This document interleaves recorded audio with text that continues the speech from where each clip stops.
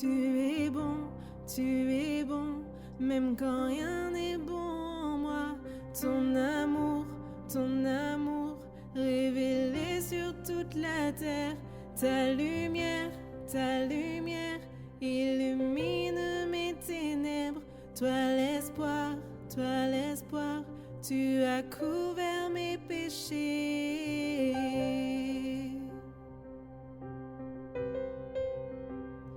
Toi la paix, quand mes craintes me dépassent. Tu es prêt, quand je viens à m'égarer.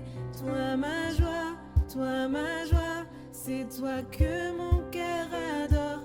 Car tu vis, oui tu vis, la mort n'a plus de pouvoir.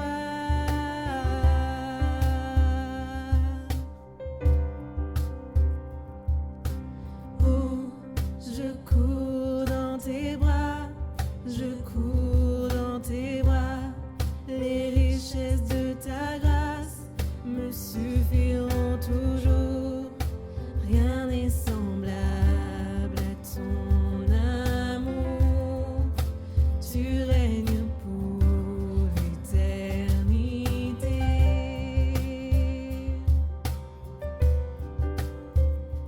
Tu es plus que mes mots ne peuvent décrire. Tu es roi, toute la création proclame. Tu es là, dans ta présence je suis libre. Tu es Dieu, je m'abandonne à toi seul.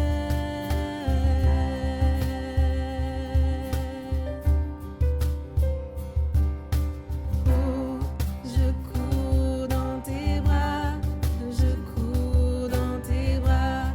les richesses de ta grâce me suffiront toujours. Rien n'est semblable à ton amour. Tu règnes pour l'éternité. Je cours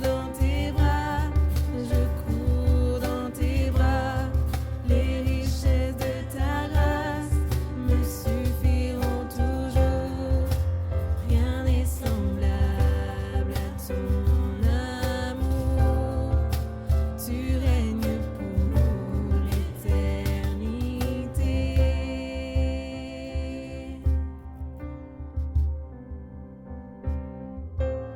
Mon cœur vers toi seul chantera. Jésus, mon cœur vers toi seul chantera. Jésus, mon cœur vers toi seul chantera. Jésus, mon cœur vers toi seul chantera.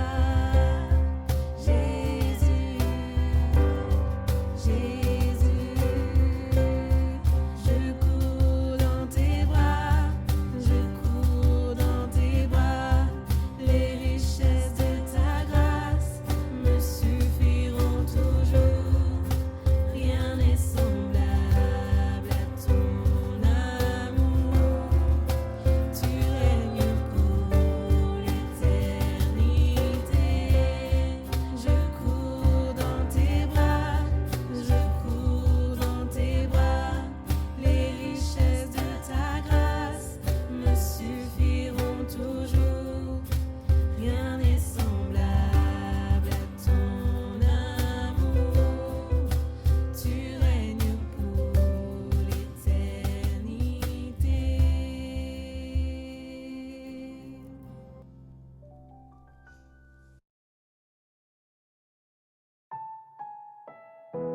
Vous qui ne savez pas ce qui arrivera demain, car qu'est-ce que votre vie? Vous êtes une vapeur qui paraît pour un peu de temps et qui ensuite disparaît. Vous devriez dire, au contraire, si Dieu le veut, nous vivrons et nous ferons ceci ou cela. Nous savons en effet que si cette tente où nous habitons sur la terre est détruite, nous avons dans le ciel un édifice qui est l'ouvrage de Dieu, une demeure éternelle qui n'a pas été faite de main d'homme. Le monde passe, sa convoitise aussi, mais celui qui fait la volonté de Dieu demeure éternellement.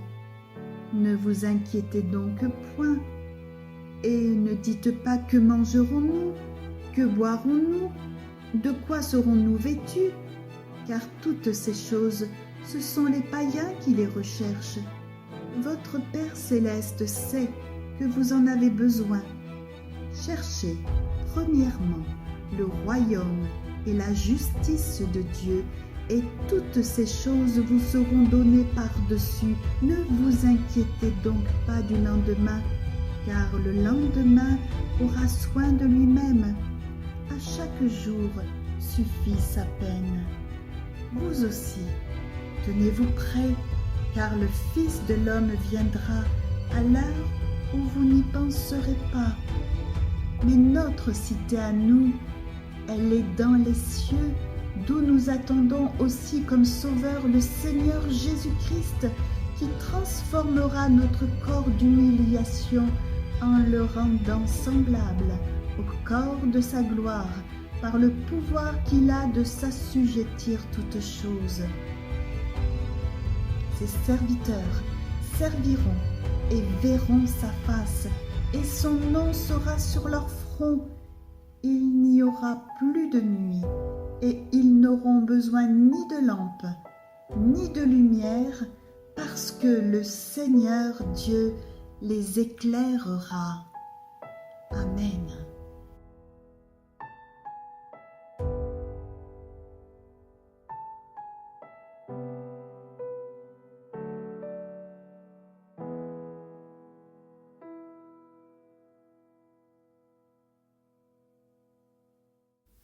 De chanter les bontés du Seigneur, mais pas seul, mais avec nos frères et sœurs. Il n'y a pas de mots pour expliquer cela, si ce n'est c'est la grâce divine. Nous sommes tellement différents, et j'avais l'opportunité de vous regarder, et quand je vous vois, je me vois, parce qu'on est tous les mêmes, hein, et de voir ces différences d'âge, les différents horizons d'où nous venons, les différentes éducations, pour le peu que je puisse connaître des uns ou des autres, et de voir que nous sommes une famille. L'Église du Seigneur. La nôtre ici, comme tant d'autres aussi par ailleurs, où on prêche le plein évangile. C'est un bonheur, c'est une joie, c'est une grâce. Alors j'ai pensé dans le message que je voudrais partager avec vous, et c'est de parler, oui, bien quand le peuple d'Israël est revenu en Israël après les 70 ans de déportation. Ils sont revenus par étapes. Et puis il y a eu un certain monsieur Néhémie. Ce monsieur Néhémie, qui était échanson du roi, donc goûteur de vin, pas simplement pour s'enivrer, non, mais c'est simplement pour savoir si le vin n'était pas empoisonné, particulièrement. Donc il était le pare-choc de salut du roi Cyrus, en l'occurrence. Et puis voici, Dieu va lui parler. Et il va partir avec le mandat de son roi, l'approbation bien sûr de Dieu derrière. Il va partir à Jérusalem, cette ville qui avait été incendiée, brûlée. Certes, il y avait eu Esdras qui était venu auparavant, qui avait commencé à rebâtir, mais la ville était à tout vent, parce qu'il n'y avait pas de murailles. Et puis il va reconstruire les murailles. Il va la reconstruire avec ordonnances, avec règles, avec principes. Et il va s'appliquer à ce que tout maître d'œuvre saurait faire. Et puis il va y avoir le miracle, parce qu'aujourd'hui, aucun BTP dans le monde ne saurait reconstruire les murailles de Jérusalem en 52 jours. C'est impossible, mais ça c'est le miracle du Seigneur. Ce que les hommes ne peuvent pas faire, Dieu peut le faire. Et nous lisons ceci maintenant dans Néhémie, chapitre 12, verset 43. Tout à la fin, quand la muraille fut construite, quand les chantres montèrent sur la muraille, quand les sacrificateurs vinrent et commencèrent à louer Dieu, voici ce que nous lisons. On offrit ce jour-là de nombreux sacrifices et on se livra aux réjouissances, car Dieu avait donné au peuple un grand sujet de joie. Les femmes et les enfants se réjouirent aussi, et les cris de joie de Jérusalem furent entendus au loin. Alors ne pensez pas que ce soit une onde de choc au sens bruit. On n'est pas là pour rappeler aux deux copropriétés de l'Église que nous sommes là en train de célébrer notre culte. Ce n'est pas dans cette pensée-là.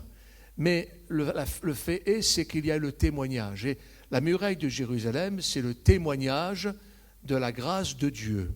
Cette muraille qui est palpable, concrète, c'est de la pierre. Et il a fallu la construire avec la science, avec les techniques de l'époque. Ils ont su la construire. Et puis, ils se réjouissent. Mais il y a un détail. Le détail est celui-ci. Les femmes et les enfants se réjouirent aussi. Nous sommes dans une société masculine. Nous sommes dans une société où ce sont les hommes qui sont les chefs de tribu, chefs de famille, et ainsi de suite. Bien que des femmes de Dieu fameuses dans la parole de Dieu sont relatées, mais elles sont peu nombreuses au regard des hommes. C'était cette société, une société de l'époque. Et malgré cela, il est fait mention de ce détail. Et ce détail a une très très grande importance. Ils auraient pu tous se réjouir en commençant par les chefs religieux, les chefs de famille, les chefs de tribu, les responsables, les cadres qui entouraient Néhémie. Non, mais le texte fait mention des femmes et des enfants. En fait, c'est tout le peuple qui se réjouit. Tout le peuple. Nous sommes là ce soir et nous pourrions dire « ça me fait du bien ». Et j'espère que c'est le cas. Nous sommes là, nous nous faisons du bien, c'est un bonheur, et certes nous sommes frustrés de ne pas pouvoir l'exprimer plus amplement, mais c'est un bonheur d'être là, de se retrouver, mais on n'est pas là que pour nous. On est là pour que l'Évangile progresse et aille plus loin pour le salut d'un plus grand nombre. Si le Seigneur nous laisse sur la terre, c'est pour aller sauver un plus grand nombre. Et quand bien même il y a un fléau tel que le Covid dont on parle, et on en parle et on en reparle, ce n'est pas mon propos ce soir, mais il pourrait y avoir d'autres choses. Vous savez, on parle de dizaines de milliers de morts, de centaines de milliers, c'est terrible. Mais en Afrique, chaque année, il y a 1 million de morts dus par le petit moustique. Le palu ou la malaria, la même chose, 1 million de morts chaque année qui disparaissent. Personne n'en parle. Personne n'en parle, parce que ça ne touche pas les peuples occidentaux. Je ferme la parenthèse. Des souffrances, il y en a de partout, qui peuvent toucher n'importe qui, comme le soleil se lève sur le juste comme sur le méchant. Les fléaux peuvent toucher n'importe qui. Et ce n'est pas une punition de Dieu. C'est simplement que la nature, la terre soupire après l'avènement du Seigneur. À cause du péché, le mal est entré et la souffrance, l'injustice, peut atteindre n'importe qui. Et au milieu de tout cela, l'Église perdure et poursuit.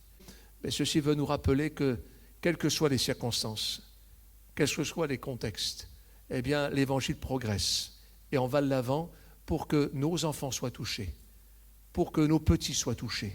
Nous les voulons tous pour le Seigneur. Alors à partir de cette pensée, je lis maintenant le psaume 67, du verset 2 à 8, c'est presque tout le psaume. Que Dieu ait pitié de nous et qu'il nous bénisse, qu'il fasse luire sur nous sa face, afin que l'on connaisse sur la terre ta voie et parmi toutes les nations ton salut. C'est une prière d'appel. Au secours, Seigneur. Et je voudrais vous dire que cette partie de ce psaume est déjà accomplie. Car Jésus est celui qui a eu pitié de nous une fois pour toutes. Et nous n'avons pas à nous plaindre en disant « Mais Seigneur, ne vois-tu pas ?» Il a déjà tout vu.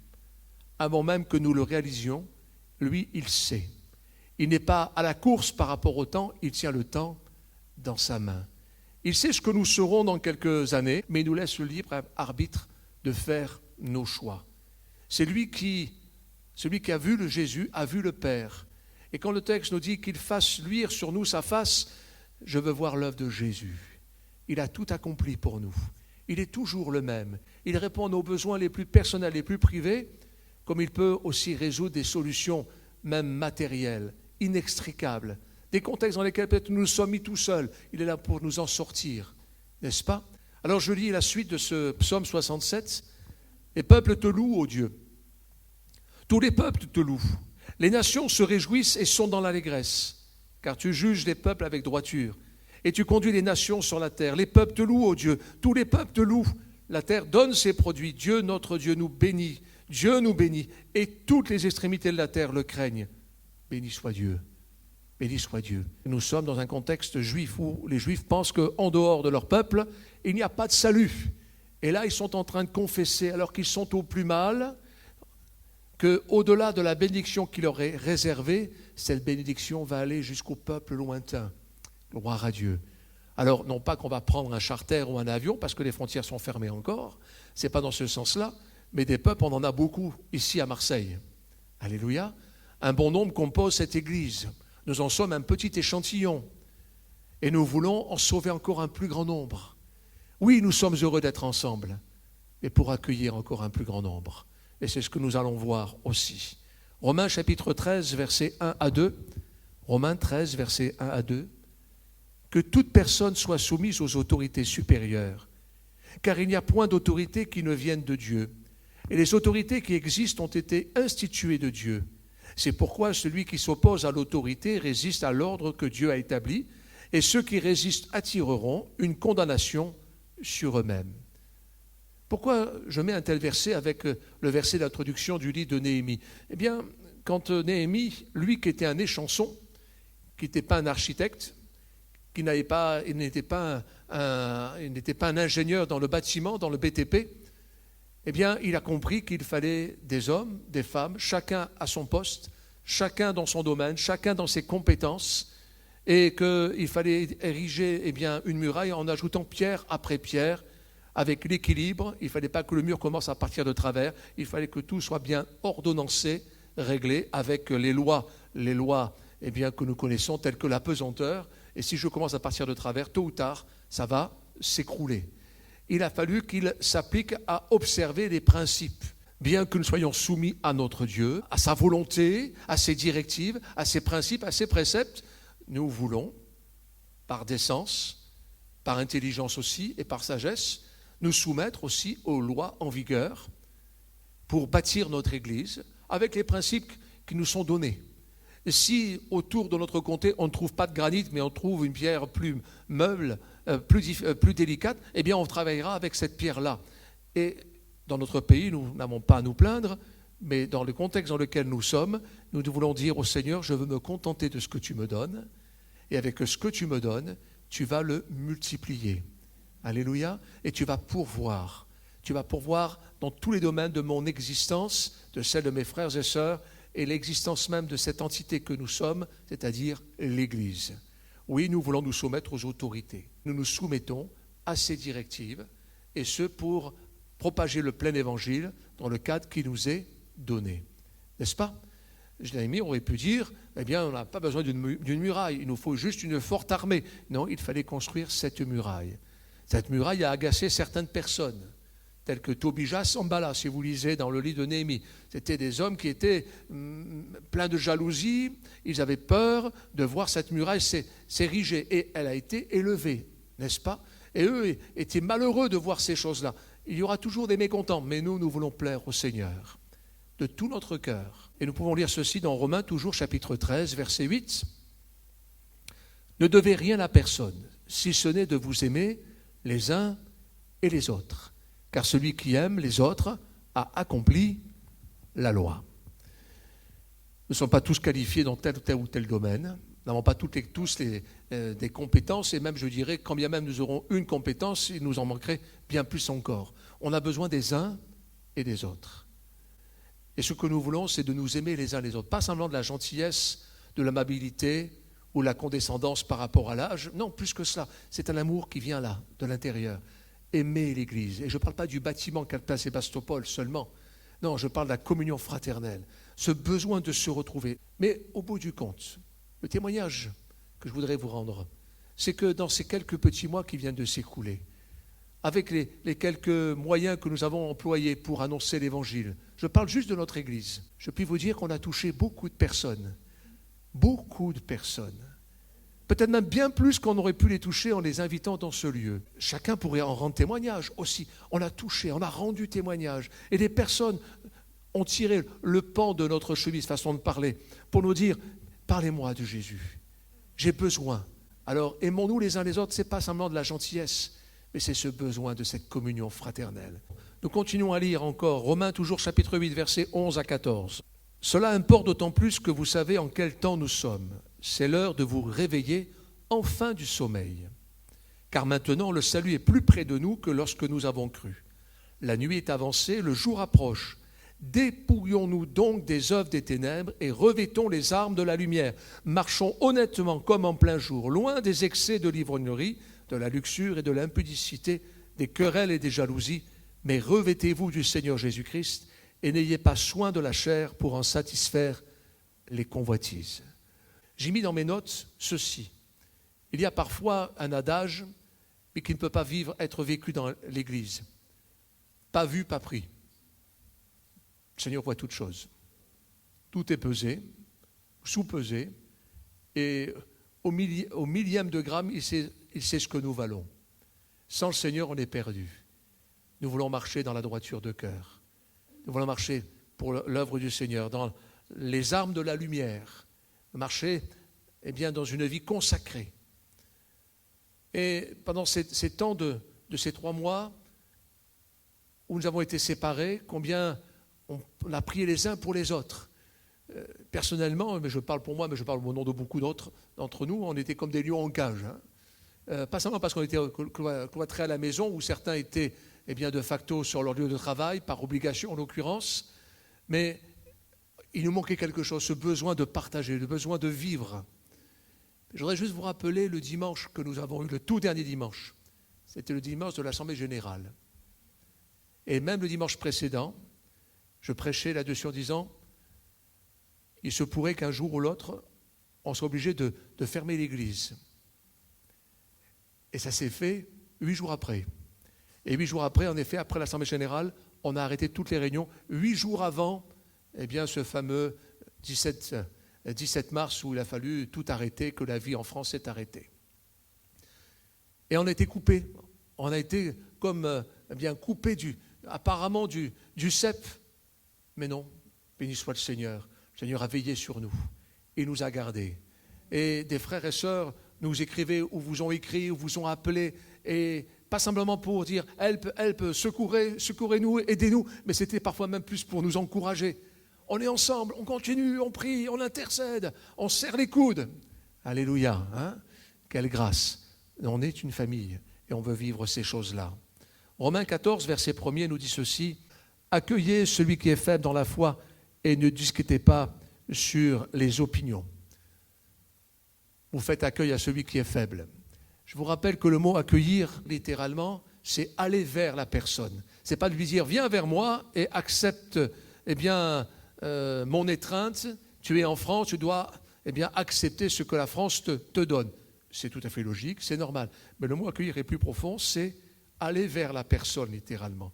Et le Seigneur nous dit « accueillez-vous les uns les autres comme Christ vous a accueillis. » Et Christ est venu jusque vers nous. Et en effet, nous ne sommes pas venus simplement comme des consommateurs ce soir pour recevoir seulement.